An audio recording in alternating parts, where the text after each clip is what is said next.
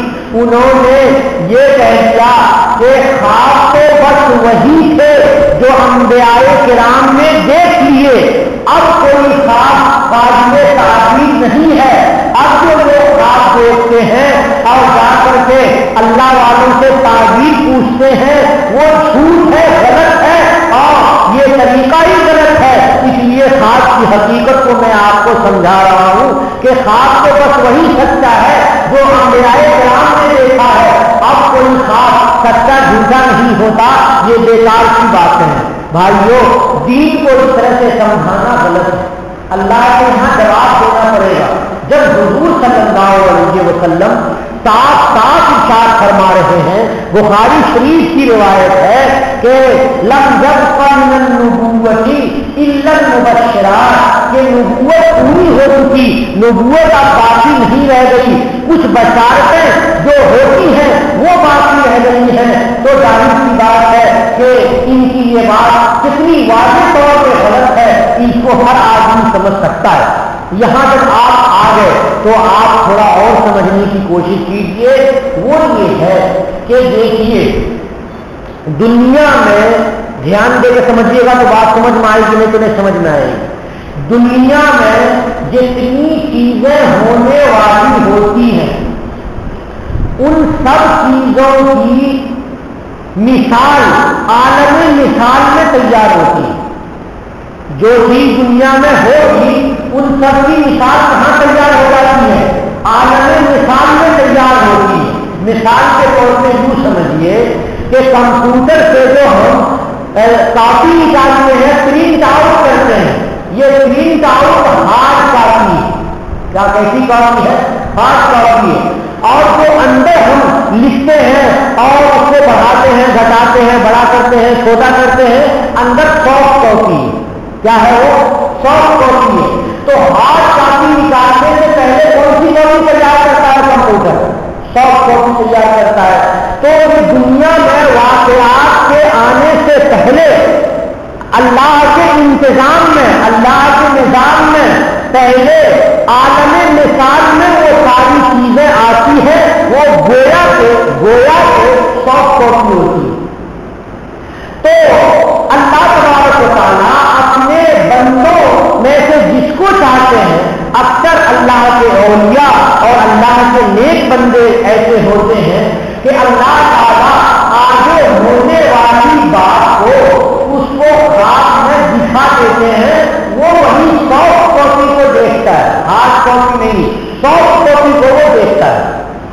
تو ظاہر سی بات ہے جب ہارڈ کاپی سے پہلے سافٹ کاپی کمپیوٹر ہمارا تیار کرتا ہے اور سمجھا رہا ہے، تو ایسے ہی ہمیں عالم مثال کو سمجھنا چاہیے کہ عالم مثال میں وہ ساری چیزیں پہلے ہی آ جاتی ہیں جو عالم دنیا میں، جو اس عالم مادی میں، عالم اجسام میں یہ ساری چیزیں وقوع پذیر ہوتی ہیں۔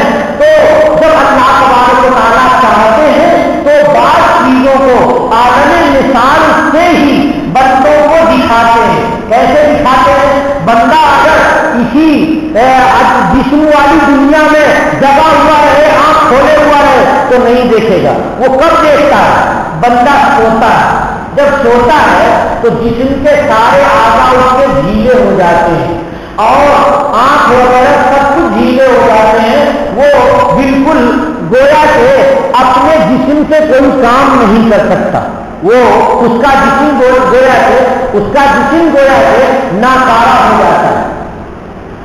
اب وہ اس کا دماغ آگے کو سفر کرتا ہے اور اللہ کی طرف سے عالم مثال کی چیزوں کو وہ اپنے دماغ کی دنیا سے دیکھتا ہے، اس آنکھ سے نہیں دیکھتا ہے، وہ ہارڈ آنکھ سے نہیں دیکھتا ہے، سافٹ آنکھ سے دیکھتا ہے۔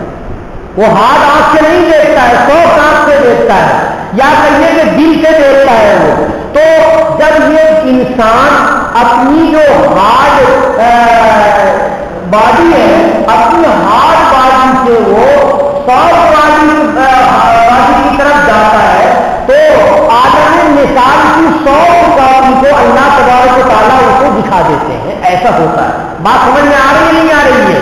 پتہ نہیں سمجھ میں آئی کہ نہیں آئی. تو یہ انسان جو خواب دیکھتا ہے وہ کیسے دیکھتا ہے؟